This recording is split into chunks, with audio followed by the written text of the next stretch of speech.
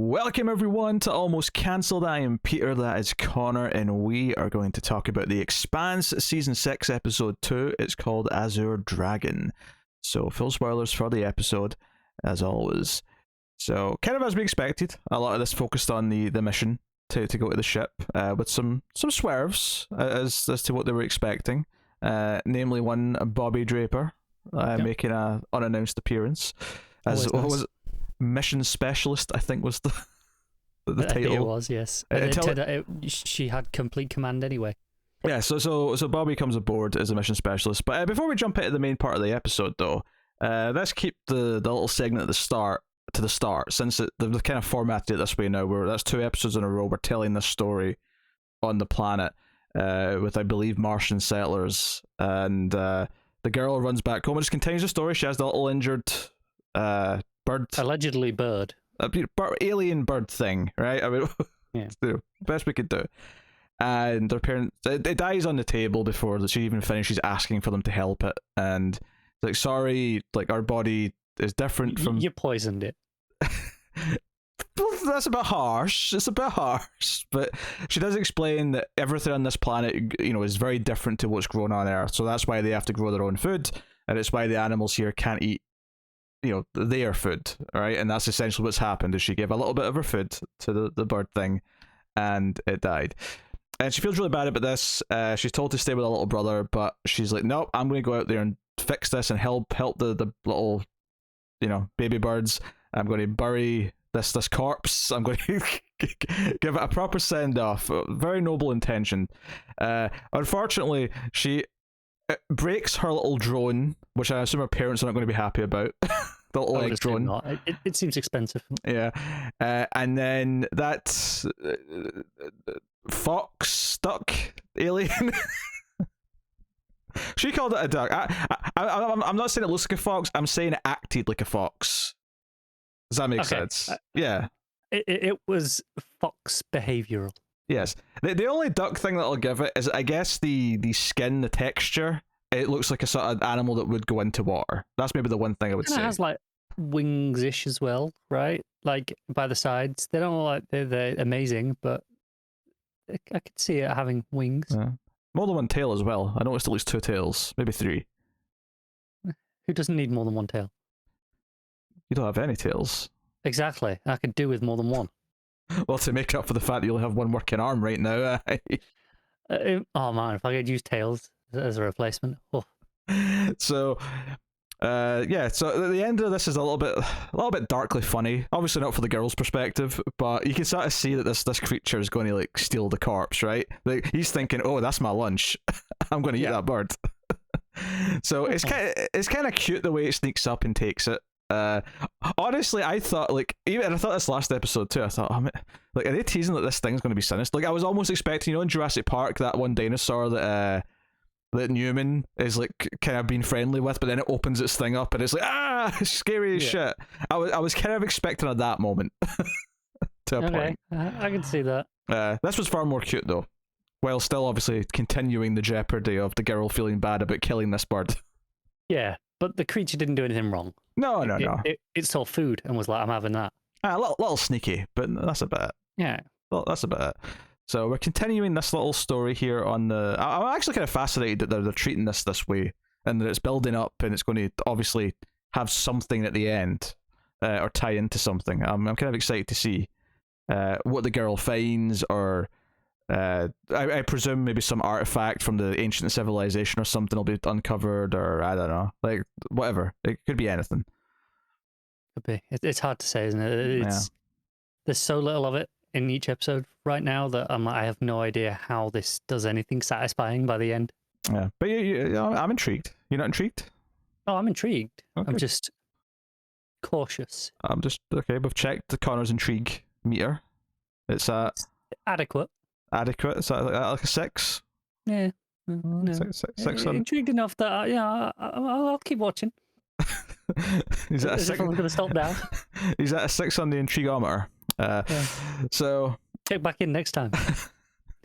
But to get on to the rest of the episode, oh man, they are just flexing with the space chasing the space combat. Like, there's a so when they're going into they're chasing the ship, right? They're chasing the Azure Dragon, and of course Bobby's given the bad news that now the mission's not to destroy it. The mission is to dock, take out the crew, so they can actually like get their in. Which, to be honest, it seems like a fair goal to want to have, given everything that's going on. I get why Vasarala thinks that should be the first, like, at least. I mean, yeah, if everything goes to shit, maybe just like blow up the ship. But I get why. Oh, maybe we should get their data, get their intel, and yeah, you might find if they have more of these ships lying around. Yeah, it seems a reasonable thing to go for here. Yes, but they're all shit, which did actually lead to probably my favorite funny moment of the episode, which is so Amos is like, hey, that's a lot more risky than just shooting a torpedo at them, and Bobby just turns and goes, oh, don't you worry your pretty little head, that's what I'm here for. That popped me huge. That got me. And there's a sort of mini sequel to that later on when he's like, when do I get one of those suits? He's like, you don't hurt yourself, darling. Yeah. I love the way she is with Amos. This is great. It's kind of because obviously he's the resident tough guy, right, yeah, on the ship, and she just makes him look like nothing. Yeah, she comes in and emasculates him, like, just with her presence. Yeah, it's great. It's great. And of course she finds out about Peachy's been on the ship. I did actually kind of appreciate that Holden cares enough to be like, hey, there's someone coming on board, we don't know who it is yet, so go hide. Like, could be trouble. Yeah. I like that she didn't question either. She didn't true, yeah. Put up a fuss. She's like, she wanted to know if it was for her or not, and maybe Holden was just making it easier for them. Yeah, but yeah. I was like, no, all right, fair enough, I'm off. I appreciated that. And I think there's a lot of little things. We'll talk about this later. It's a separate plot thread, but there's a lot of little Peaches moments in this that I think are building to her bonding with the crew and as part of the crew and so on and so on. But yeah, so they're doing this stealth sneak up because they want to dock. But of course, as they're sneaking up, the ship does see them, obviously, because it starts to bolt. And this sequence, which I can only describe it as like an over-the-shoulder shot of the Rassi. And then the other ships like try to evade them, so it's making all these like hard pivots. But then the Rassi has to pivot as well to sort of like, stay in pursuit. And it's like sort of almost try to crisscross with it. This was exceptionally like just when I think like what else can I do with a space battle or spaceship combat in this? They do something completely new where I'm like, nah, there's a lot of gas left in this tank. It is, and also reinforces what I was saying last time about I'm pretty sure they've got a bigger budget per episode than they've ever had right now. Maybe, yeah. Does this look, as good as this show ever has as well? Yeah, obviously that stuff was really exciting. It all builds up to Bobby jumping in her suit she's got like a doohickey to like shut down their systems, which she had planned anyway to do it sneakily, but now it's like we have to just sort of. It's basically in a lesser like simple action scene. It's like a two cars driving up to side by side, jumping from car to car. Yeah, but here it's a bit more high stakes because it's space and Bobby's interestingly the physics of it is like the same essentially. They're traveling at roughly the same speed, so relatively. I see the argument. I guess I would say it's higher risk in the sense that if she bounces off. She just is, she's in space. Sure, but I mean, in a lot of those high-speed chases, if you bounce off, you hit the road and something else runs you over immediately. That depends if it's a busy road. They usually are. They're usually dodging in and out of cars in those sequences because that's exciting. And there's always a chance you'll land in like a nice, like, soft patch of grass at the side. All right, I will admit that there is the risk is lower in a car chase. I'm not saying it's not exactly low. I'm not saying you're not allowed to still die, right, on Earth in a car chase, jumping from car to car at high speed. I'm just saying that there is a slim chance that maybe you'll find something soft to land on. All right, I'll allow it. Slim, but possible. But anyway, so this is all great. This is all exciting stuff. I particularly like as well. So they're debating like, okay, batteries are coming back up, and if Bobby's suit's rebooting, then so is their systems. And I really like the shot, and this was almost like a callback as well. They set this up last episode with that cool shot of Amos walking on the ship as it was spinning, where the camera actually goes around this ship as it's spinning, and it lands on the crew, the enemy crew, getting out with their weapons to obviously come and take care of whoever's like trying to like sabotage the ship. Yeah. So it was like, okay, here's the threat coming, and all this was great. I particularly loved. So obviously Peaches gets her big moment to save Bobby when they've got a weapon that's pretty high caliber. It's like this. I don't even know what they called it. It was some sort of cannon thing. But it made like a big like do you know what it made me think of? It made me think of like a video game when you're fighting like an enemy with claws and they like swipe their claws and it like goes through the ground and it makes like a big sort of slash in the metal. Sure. That's what it made me think of. That's what it looked like to me. It's a very specific way of referencing this effect. The gouges. Yeah, I don't know. That's what it made me think of. I mean that in a good way. I'm not trying to like down. Oh, I wasn't saying it was a negative. Yeah. Just a very specific way of referring to the gouges in the metal. I think it's because I didn't realize it was the gun that did it at first. I actually thought it was Peachy speeding across the ship when she put her her power pill in, right? And she sort of because she zooms across that because that was the thing. It's like we've seen her do this a number of times, but like, we've never seen it in space. We've never seen it on the exterior of a ship. So it was kind of like, oh, what are the rules here with her doing this out here? Not that different, I assume. Not that different. Although she does vomit all up in her spacesuit, which is not nice, not ideal, But why is she even there is a very important question. Because we get a great callback to the events of last season where Naomi is supposed to be the one who jumps across the other ship. Something that she should feel comfortable doing. She's a belter, of course. This is doing something her whole life. Yep. But she freezes. She has like a PTSD moment, and understandably, like, what she went through towards the end of last season was traumatic, to say the least. Even before you consider what shit she went through once she got the ship to the other ship, the actual jump itself was much more extreme than usually is done. Yeah. I mean, even I'm kind of including that, to be honest. That jump to the ship she ended up on. But like she accepted death like multiple times during that process, which does a lot to a person when you accept that you're going to die and then somehow you make it through and have to sort of live with the thing that or the situation that almost killed you repeatedly. Yeah. So her freezing here makes complete sense, and I actually kind of love the follow up to it where Holden says, what is it, Naomi? Are you okay? And at this point, she's like back on the computer. She's like sort of talking Calissa through the the wires and stuff. Even before that, Peaches covers her and is like, "Oh no, a technical fault." Actually, yeah, it's a nice little like. Even though Naomi's being probably the shittiest towards her, she still went out of her way to give her a little cover. And even the fact that she made the jump and took over to like get the job done was kind of like I'm part of this crew. I'm going to help. I know you don't like me very much, but I'm still going to try my best. Yeah.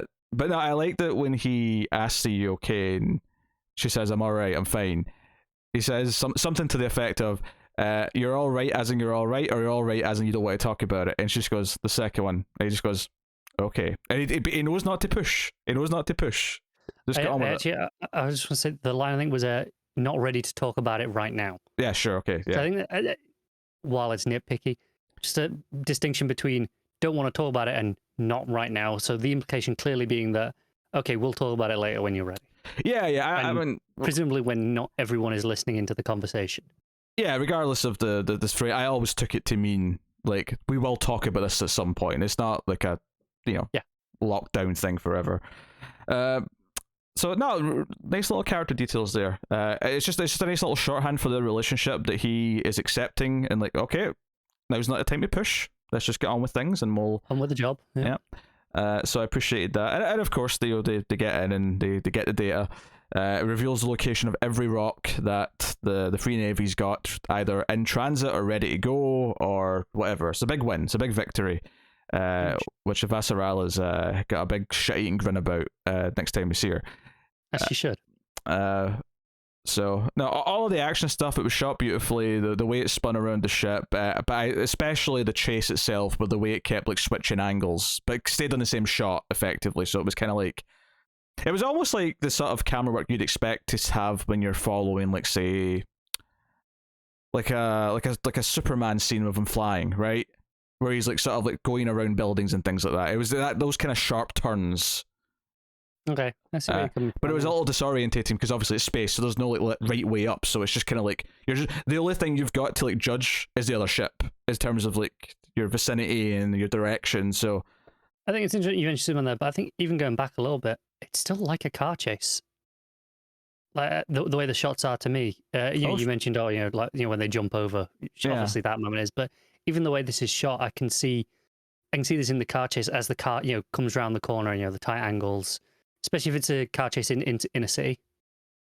for sure, yeah. I think the reason why I didn't think of that is because typically car chases won't be done in one shot, whereas this shot was all just one. And obviously, no, that's true. But obviously, it does happen occasionally. And no, but obviously this is all CG, so like it's easier in theory to do it as one shot, right? So I mean, let's acknowledge that. There's a reason why you don't necessarily do a car chase like that as a winner, but I see what you're saying. I think one of the key things that is coming out in this conversation, though, is that there is a simple skeleton to the concept of what this is that applies when it's a car chase, it applies when it's a plane chase, it applies when it's spaceships, it applies when it's ships in the sea. Well, maybe not ships in the sea because they're too slow. They don't turn quick. But for everything else. Can.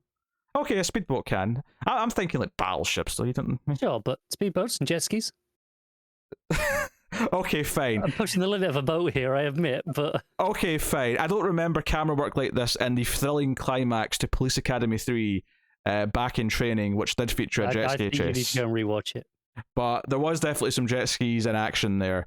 And they did pivot at a quicker angle than a big ship would. I concur with that sentiment. Glad we're on board. But using boat language there intentionally, by the way, is that very good?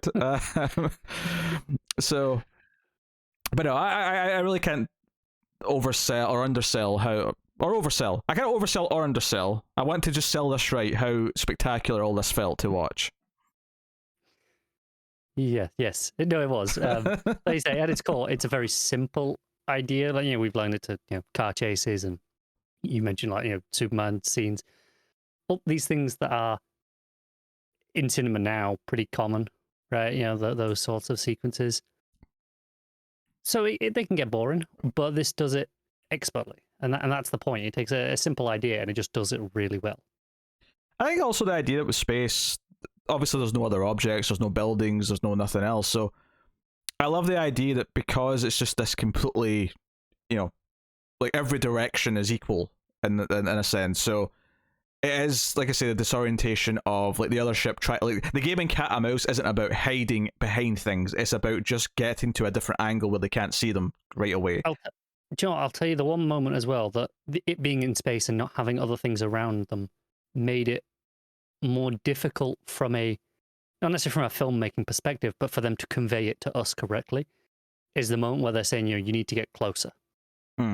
Because usually in that, again, if we're going back to the car chase, you need to get closer so I can jump over. You do an over-the-top shot, and you see the car, move over in the road.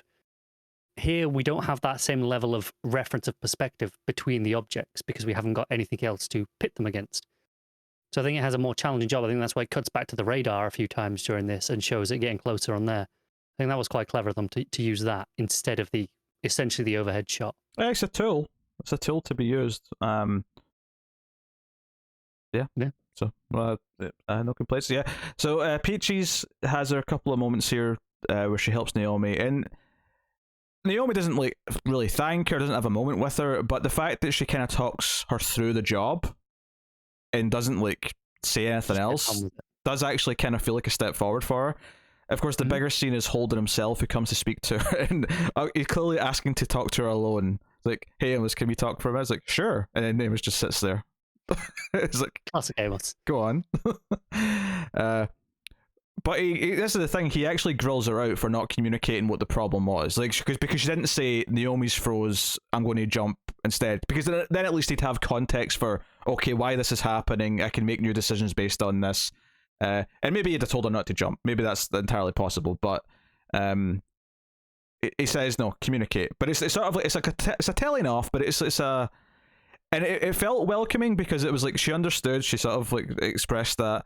And afterwards, she has a sort of teary-eyed look, and Amos is like, "You realize you just got grilled out?" And she's like, "Yeah, but I get grilled out as part of the crew. I've never been referred to as part of the crew before.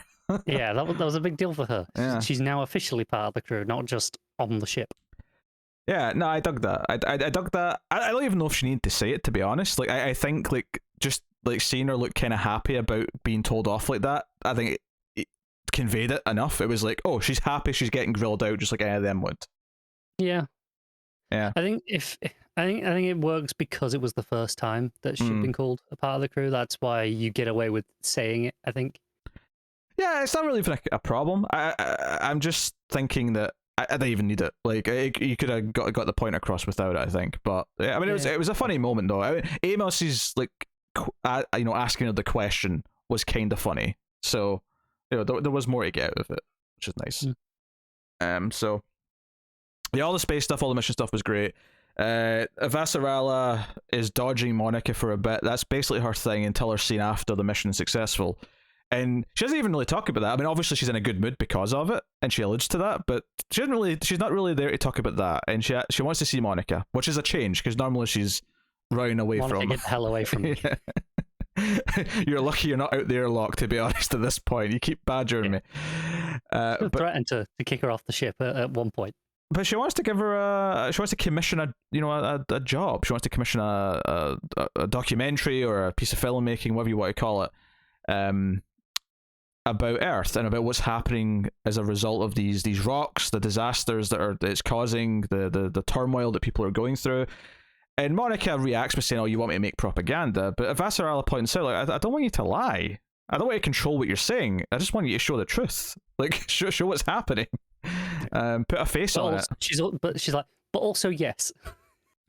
Well, yeah, I mean, obviously she expects it to have an effect, but I don't think you can blame her for that though, because like humanizing the people of Earth so that the villains might, I use that term loosely here, will like maybe think twice. Because I actually really like the end of the scene where when she said, "Hey, like, if you choose not to do this, when the next rock comes," and this is the great thing of this, Avasarala knows they've already neutralized the rocks. She knows that they've already solved this problem, but Monica doesn't know that yet. The next rock that comes, like, you might think to yourself, "Is that the one that I could have stopped had I made that film?" And she's like, "Oh, you're really good at guilt tripping." And I love Avasarala's line about "I practice when I'm alone," because we know she does guilt trip herself. We know how she is with herself. So as much as she is a bit like not shitty to people, I think that's a bit harsh. It's not as nuanced, I think, as you'd want to put it with Avasarala. But she does have a certain demeanor with people. But I think one of the reasons why we let her be that way and we understand it as an audience is because we see her be twice as tough on herself. And I think, yeah, and I think it's pretty fair to say she is shitty towards a lot of people, but most of the time it comes from a good place. Not always, there are exceptions, but most of the time it comes from a place of doing the right thing. Yeah, so this is an interesting thing to set up for Monica to do, I think. I mean, because I don't expect we'll see too much of it. I think, we'll see maybe a little glimpse of it, and then we'll maybe see the finished thing, or we'll see some Belters watching it, or whatever. So, it's interesting stuff. So curious to see where that goes. And then, of course, the stuff I was looking forward to seeing what the fallout was going to be. And I was not disappointed. And I feel like some people might think I would have been disappointed because I sat in theatre, what's Marco's reaction going to be to what Philip did? But I think how quick his reaction was very telling in and of itself. It's not about, it has to be a big, long, like, he's angry and he yells at him or anything like that. It doesn't have to be that necessarily. The fact that he almost just wants to quickly sweep this under the rug, not because, partly, he does say he loves him, and I believe he does kind of want to look out for him to some extent, but the impression I got more out of this was that this is a nuisance that I have to deal with this, and I just want to, get rid of this as quickly as possible. Get your shit together, because I just don't want to deal with it. Right? Oh, definitely. I'm sure he does love his son in whatever way he can. Yes. But also, at the end of the day, when it comes down to it, this is a problem that he has to deal with, and he is annoyed that he's got another problem to deal with instead of everything else. Yeah, and that's actually something that Gulaying points out. I'm probably butchering her name. I've not caught them pronouncing it yet, so if I'm butchering that, forgive me. But he points out, because she comes to talk to him about Philip, and he's like, "You're new here. People are usually scared of me and don't want to talk to me about personal shit like this. Right? Obviously doesn't say that all those words, but that's the sentiment he says when he says, "Be careful what your next words are." And she basically tries to have an open conversation about it. Talks about some discipline she went through when she was younger, and Marco does kind of open up a little bit, and he acknowledges at the end of the scene that most people here are scared of me, and she just sort of shrugs and goes, "You're welcome." She hasn't learned to be scared yet. No. I mean, it maybe shows that this is someone that he's going to see respect in, because it's someone who is willing to maybe challenge him's not the right. I mean, she kind of is in a sense, but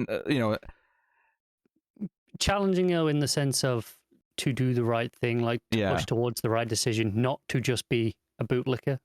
Not challenging as in I'm trying to cause trouble, and not challenging as I want to be leader. I'm going to take your seat. Not like that.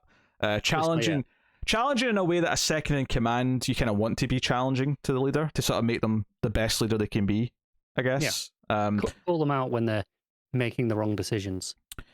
But he gets kind of open about his frustrations with Philip and how he's become this. And, we kind of glossed over the scene earlier as well when he does talk to Philip after he gets him out of the brig, where he, he's like, I used to go drinking. And I thought it was interesting he brought up sin. I think that was like an intentional thing because of last season to sort of dig into Philip a little bit. And says, we would drink, we would be, young, foolhardy people, but the next day we'd be like back on the front line. We would be taking our job seriously. We had our duty. We didn't have someone to bail us out.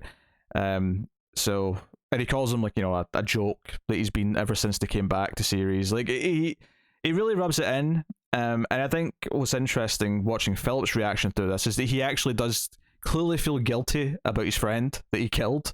Right? Oh, definitely.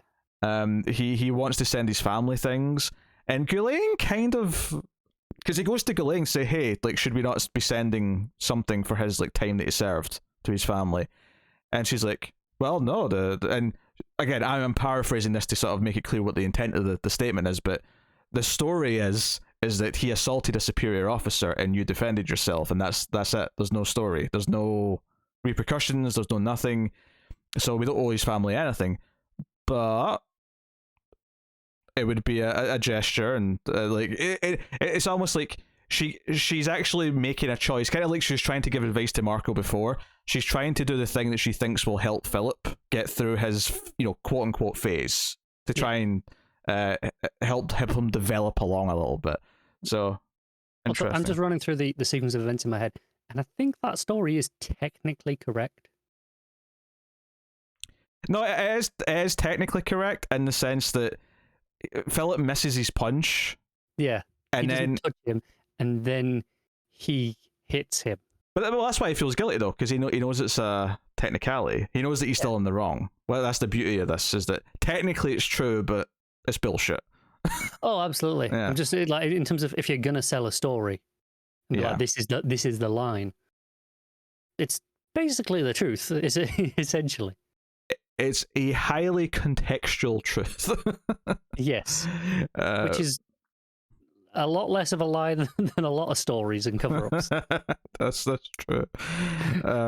But yeah, that's what they're going with. And we see him go to his friend's thing, and he looks at the waistcoat that he had that he was bragging about last episode, and he looks at it, and he tries to record a message. And I thought it was interesting that he records like one take of it, and he sort of gives up because he's sort of like letting himself be too emotional. And so he does a second one, and he sort of like puts on this is a thank you for his time served, and because in the first one he's kind of admitting it's his fault. He kind of says, I'm sorry that it happened, and then he catches him. Quite get that far. Yeah, he doesn't get as far to really like define what he means, but we can tell that that's what he's saying.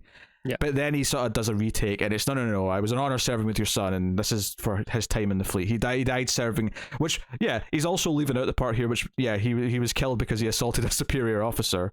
Because he hasn't. I think it just says he died with honor. Yeah, which is again, we know the story is bullshit, but this is significantly stretching the truth. Well, this is the thing, is that obviously it's a lie, but you understand why the lie is being made. But I think what's interesting is that it actually contradicts the official lie, because he wants his family to not think less of him, to have a happy memory of their son or their brother or whatever. And I think that's also a little just intriguing that he had to put that little slither in there just to sugarcoat it. Again, it's the idea of guilt, and I think the idea of guilt with Philip, and him being the worst example of someone Marco's corrupted, and put on the wrong path is it's continually fascinating. I commend the show for introducing a character fairly late in the show's lifespan, end of season 4, that is this rich in character and story. Yeah, it's pretty impressive the way they've done that. And going from what I'm aware of the books, it feels like there's kind of 3 stages of the books. Yeah, right? yeah. And we've kind of got essentially 2 of them with the show, right? There's the third section that we're kind of never going to see. Maybe. We'll see. I will be surprised if they try and condense all of it into whatever's left.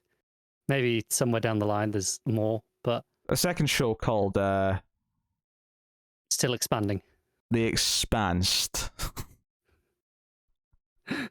No, The Exponential. Oh, there you go. That's what you call the second show. Did it not just be expanded? Yeah, maybe. But I mean, even Marco as well. This show has done so. I mean, Ashford was only introduced like mid-season 3, and then only lasted till the end of season 4. But I'm always going to remember Ashford as a really major character in this show. Like, it did a really good job of making a lot of these characters feel worthwhile, and like even if their time in the show is relatively short, in the scope of 6 seasons, still making it feel like they're a pivotal part of the overall narrative. And it's really well done in how it's done that, and continued to be able to do that throughout its life cycle. Whereas so many shows will start off with a strong set of characters, but then when they try to like add in new ones later on, it can it can falter, and even book series and things can falter when it comes to things like that. As the more things go on, it's harder to keep the consistency. It's difficult because obviously you get attached to a certain core set of characters usually, and when someone comes in and has to interrupts that and adds or takes away, it's for most people generally quite frustrating, and it's harder to attach to those because you don't know them essentially. Whereas you know all these characters already; they got a lot of catching up to do. This show's been pretty great at not having a revolving cast because it hasn't, but it's just added quite a lot. But it's done it in mostly a gradual way. Like, for example, Drummer was in the smallest amounts of scenes when she was introduced. And now we're at a point where, maybe she's not like that, like an A-list character on the show, but, can carry her own plots. Yeah. Speaking of, people were surprised when it mentioned the Dawes line last episode. I just kind of forgot to bring it up. But there was a throwaway line about Dawes being dead. The implication that Marco killed him. This does feel... I mean, apparently, I did see someone who's read the book say that he's actually not that big a character in the book, so maybe it's not actually that big a deal from a plans perspective. But obviously it was Jared Harris, so we were kind of all hoping he'd come back. He's a busy man. Yeah, so it did feel a little bit like like a bit of patchwork just to sort of explain why he's not around, as opposed to, I mean, I like the idea that Marco killed him. I'd have loved to have seen it though. I'd have loved to have seen like one scene with him and like them debating for like 10 minutes straight and a big long conversation before he kills him. I get it. It's pump it into my veins. That doesn't really matter. If we'd never seen Dawes again and they hadn't put this line in, I don't think we'd have been missing anything from the narrative in any way. I appreciate them putting that in though, just to explain. I don't know. That's it. The line is there for people like us who like that character and remember back that far and are like, oh, I want will he ever show up again? And this is just for us to so we can stop hoping for it essentially. Yeah. It makes I think we're right to put it in the first episode of the season because I think we'd have spent all season thinking, oh, maybe Jared's going to make a little cameo. That's why it's there, by the end. So Drummer's plot. This episode, this was actually kind of interesting. So it's only a couple of scenes, but it's Drummer's going to hand off the crew member to another Belter ship, who is technically pledged allegiance to Marco, but is doing some sketchy things on the down low. And it's a bit tense though, because they're not really sure. They might double cross them, so they're kind of on edge the whole time, as you'd expect. I have to admit, this guy's was doing a good job at the accent, but he was so thick with it that there was the odd line that I didn't quite get all of. So I always have subtitles on when I watch basically everything anyway. Oh, fair enough. have a problem. So, but I didn't catch it. I mean, I think I got the gist of everything anyway. I don't think I missed anything super important. But like, just in case there's like a name or something that he said or whatever. But basically, they're on Marco's shit list because someone associated with them rebelled, and Marco doesn't want them dead, but he's given them this shit courier job, right? As a result, so they've got the grunt work of just taking stuff around. To supply depots, because Marco's setting up like supply depots all around the belt. The idea being that the Free Navy and Belters have access to supplies, I assume, an arm's reach wherever they are. That makes sense, yeah. In their own space. So that's cool. And it's funny, it started the scene, Drummer's like, no, we need to like treat this like a tense standoff kind of thing. But when he says all this, she gets a little glimmer in her eye. And I thought it was because she wanted to try and steal all the supplies, because we know that they're hard up for supplies, and he mentions that they've got a bunch of food and medical supplies, and I'm like, hey, that seems like some good loot. But it actually progresses into no, it's more about the fact that there's a bunch of people who, yeah, they were kind of into like Marco's whole revolution when the first big attack happened with Earth, because it was like, oh, we kind of all enjoyed seeing this because we're old timers who have always hated the inners. But now that times went on and he's like sort of like keeping us all under his foot, we're all starting to like almost miss the pirate days. They talk about the pirate times, they talk about Ashford, all this stuff kind of comes up, and it's actually more like Drummer wants kind of a connection to these other ships and crews that might actually be willing to, if not fight back, at the very least like go like steal from him. If nothing else, that she wants to. It kind of feels like the start of a breakaway faction, doesn't it? And Drummer's getting ideas. It feels like the start of like a faction of Belters that will be peaceful with the inners, not necessarily their best friends, because a lot of them still don't like them very much, but at the very least, like, not be waging war with them. Yeah. But certainly, obviously Drummer does not like Marco. There's a bounty on their ship, as is pointed out this episode and last. But this is a very intriguing scene, I thought, just for everything it sets up and all the ideas that it sets up, even if it's not, like, because this new character, again, it was interesting, I think, just hearing this guy who is still pretty anti-inner. He's still like, yeah, I kind of like seeing them get hit with, asteroids and stuff. That was good fun. Like, felt I guess the word he used, glorious was the word. He said it was glorious. But, now he's on the shit list and he's kind of like, I'm bored now. This Free Navy thing and all this, like, more organized movement isn't necessarily the world he grew up in, and it's not necessarily something he's latched onto as much. Yeah, I think that's it. It comes down to the organization of it. It's, we've just replaced the Earth government with Marco's government. And it's like, well, that's just as uninteresting for them. Which is a really interesting, I think, nuanced take. Again, this show is really good with its politics, but the idea that Marco spent all this time convincing enough people to build this Free Navy, to make this war happen, but then ultimately, even some of the people who might have given him support initially because, hey, screw Earth. And by the way, how many political movements work because it's based on the hatred of another group? Like, how often does that work? Let's not get into it. I don't want to turn it into like a proper... No. I was just going to say, I'm pretty sure that the authors may have done some history reading on, like, the history of, like, revolutions in particular, because that's essentially what Marco did, right? He staged a revolution. Yeah. The idea of, okay, revolutionary groups tend to have energy and movement, but what happens when they become the government afterwards? More times than not, it doesn't go so well. The people who were their supporters are like, oh, you're just the establishment now, and it's why they often don't succeed. Yeah, almost like some people are just anti-establishment, and then as soon as the people they supported who were seen as the anti-establishment become the establishment, all of a sudden you're the ones that I want to rebel against. It's that's boiling it down to its most basic parts, but effectively, yeah, like that's kind of the brewing that we're seeing here. And that maybe as good as Marco is at convincing people to follow him, as Drummer says, he's not this messiah, he's not this genius. Like, he will fall. Even if he doesn't fall in this war, even if Holden or good guys don't get him, I think they will because it's a TV show, but even if they don't, eventually someone's going to take him out because they're not going to be happy with, like, the way he runs things.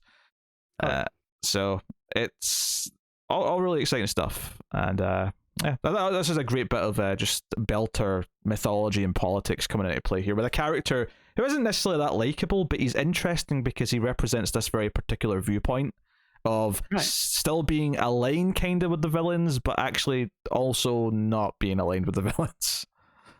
Yeah, and I think at its core, the politics between the factions, especially within the belt, kind of what made this show so great at the start. Like, that's what it hinged a lot of its first season on, was these politics between these different factions. The fact that it's still here and still a key element of the show right at the end is a testament to it. Yeah, yeah. It's definitely kept its themes concurrent throughout the whole thing, for sure. Mm-hmm. A small plot detail that I assume will be important is Holden asks Bobby if she can get him intel on the Mars ship going through the ring, and she says, yeah, I can get that. So presumably that's something he'll get in the near future. So just thought I'd mention it, because we'll definitely bring that up at some point.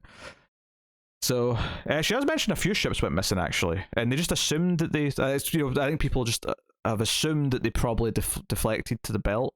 Defected is what I meant to say. I mean, deflect kind of works. I was gonna let it slide, but yeah, it was a flub. But it, like, obviously there's a mystery here, Yeah, isn't there always? Ralph Dibny smells a mystery. Yeah. So politics and a mystery. That's what this show started on. It's very good at it, though. It is very good at it. I'm not complaining. It's very good at that, but more importantly, it's very good at compelling, layered characters that make it all, drive the whole thing. And then you add on really well shot, unique space action scenes that make every other space movie or TV show with action scenes with spaceships ever filmed look a little lesser because this exists. And they do. Like, even the great ones look lesser because the Expanse is so good at it. There are a lot of other ones that I will still enjoy, but this is now the standard to be measured against. Yeah. So screw you, Star Wars, basically. So that's fun. Thank you very much for joining us. Let us know what you thought of the episode in the comments below. You can like, subscribe, ding the bell for notifications. All those things help us out on YouTube and help the channel grow, so please hit the buttons. It does mean a lot. You can, of course, support us over in patreon.com/MailFuzzTV for as little as $1 per month and get some bonuses for your troubles. So go and have a look over there and keep all the content coming that way. Otherwise, that is pretty much us. So thank you once again for watching or listening. We always appreciate it. We'll see you next time for episode 3. So keep watching TV. Have you got any vanilla?